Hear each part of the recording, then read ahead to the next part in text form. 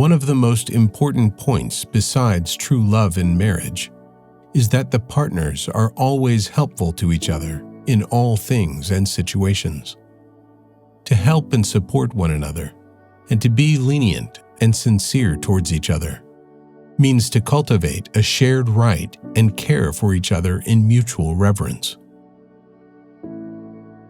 One can be extraordinarily happy when one simply rests and consciously perceives peace, love, and all forms of existence, and appreciates everything joyously. Everything you do for yourself, you also do for others. And everything you do for others, you also do for yourself. This is the creational, natural law of reciprocity and the inseparable interconnectedness of all things. If partners in a relationship do not know themselves and each other well enough, and do not resolve their inner conflicts, do not control their desires, hopes, wishes, and do not eliminate their bad habits, and do not resolve their tangled knots between reality and unreality, then the relationship is doomed to fail from the start. One must consciously practice and constantly examine one's own thinking and feeling to learn to control the wildest emotions, in even the most difficult situations and moments. If one has no love, harmony, and freedom in oneself, as well as no joy and no freedom, then all of these high values cannot be shared with other people. The more man feels true love within himself and lives according to it, the more he wants to act and let his fellow human beings feel this love. However, untrue love, which comes about only through thoughts and feelings, is not able to do this and cannot be recognized as love in its emotional behavior. True love is the path to the true creational. To truly live means to see and accept every moment of existence as the highest focal point of being. To live and be happy with it, to feel comfortable, and enjoy it in harmony, peace, and freedom. If one feels fear, anger, or excitement within oneself, then one should not throw these things away, but they should be processed and neutralized consciously and sustainably, because this alone is enough to prevent an imminent upwelling of thoughts, feelings, and emotions. But if a storm of thoughts, feelings, and emotions has already erupted, then it is difficult and extremely hard to calm down with means of self-control. To prevent quarrels, peace must be constantly striven for and practiced.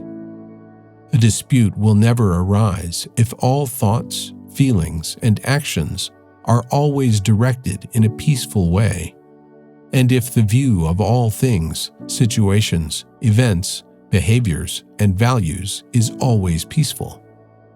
Then tolerance is practiced, love is spread, and virtues are cultivated. Those who easily make a promise are given little trust. Real true love is a work of knowledge, peace, wisdom, freedom, and harmony. However, man must create and recognize it from the deepest depths of his innermost self. And truly its creation is difficult and laborious, and only arises after a long time of struggling with many hardships and efforts. It is not only about a thought-feeling-based false love, as it can temporarily become inherent in every villain and false lover. A true love is not only about the love of a fleeting moment, but about true love that rises from the fine spiritual perception realm and lasts for the whole span of life and all eternity. Unfortunately, true love is very difficult or impossible for man to distinguish from feigned or falsely thought-created love, unless there comes a time when true love and affinity prove themselves and allow all doubt, ignorance, falsehood, and insecurity to collapse. To treat a person with contempt means to despise and reject him. But whoever does this will also be despised and rejected. To the same extent that man begins to grasp, understand, and truly live life, he will encounter all its greatest things in greater proximity. True love alone represents a development that man cannot cope with without the deepest cognitions, a virtuous, valuable character, and a good personality. True love actually goes beyond all thought-feeling-based love, which usually exhausts itself only in degenerate emotions. However, if man takes upon himself and endures all the efforts and burdens of teaching and creating true, fine spiritual-based perception love, instead of losing himself to all that is light, insignificant, false, and reckless infatuation, behind which he hides from the truthful weight of true love and from the actual seriousness of life, then he will not only gain relief and progress, as well as decisive self-knowledge and self-realization, but also the true, deep, fine spiritual-based perception love, which mocks all thought-feeling-based and thus emotionally charged love. True love is of lifetime permanence and beyond, because true love survives death and is still perceptible to even the most distant descendants, because it is a significant, neutral positive and unifying power of an eternal, all-great nature. In the state of love, peace, and harmony, it is easier to concentrate meditatively than when there is agitation, and concentration can never arise if it is forced. True love is a great teacher, but you have to understand how to attain it through fine spiritual-based perception. A marriage means for everyone to create boundaries and to fit into them, to give to the other the same rights, and to give security to the whole of the community. An important point in life is that people love and respect each other for their short existence on earth, as much as they can do it. Although some people are nevertheless deceived and disappointed, sincere love should still be given, even if the love of one's neighbor is not believed. And this should not be done simply out of weakness, such as when a person is worshipped, adored, and glorified, but should be done out of a sense of duty and conviction. To give and reciprocate sincere love is virtuous and a spiritually consciousness-based duty and strength, while nurturing or reciprocating hatred, envy, discord, and strife is weakness and selfishness. Only the person who really lives and has actual encounters with people can experience whether true love, compassion, reverence, and humanity are present in him.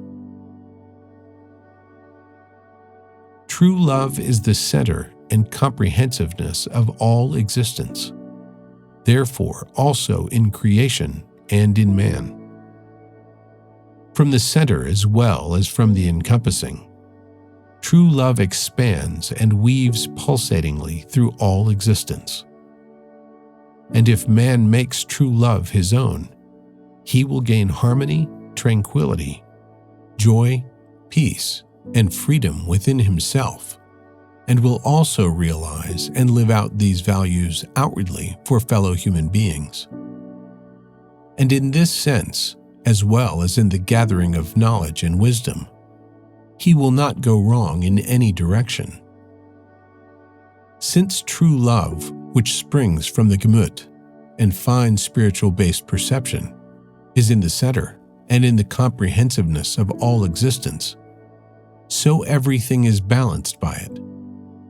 Consequently, an exaggeration or neglect never appears in any way. It also never avoids anything and never loses anything.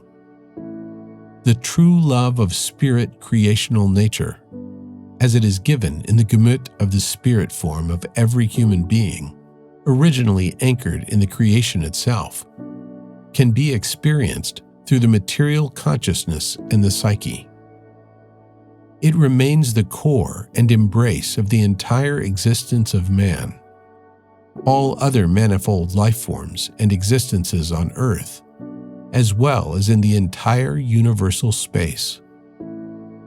True love is life itself. It rounds the course of all things, all lives, the world, the universe, and universal consciousness itself, balancing and realizing all that is good and positive. Only a deep understanding, as well as real love and true humanity, allow man to act without violence.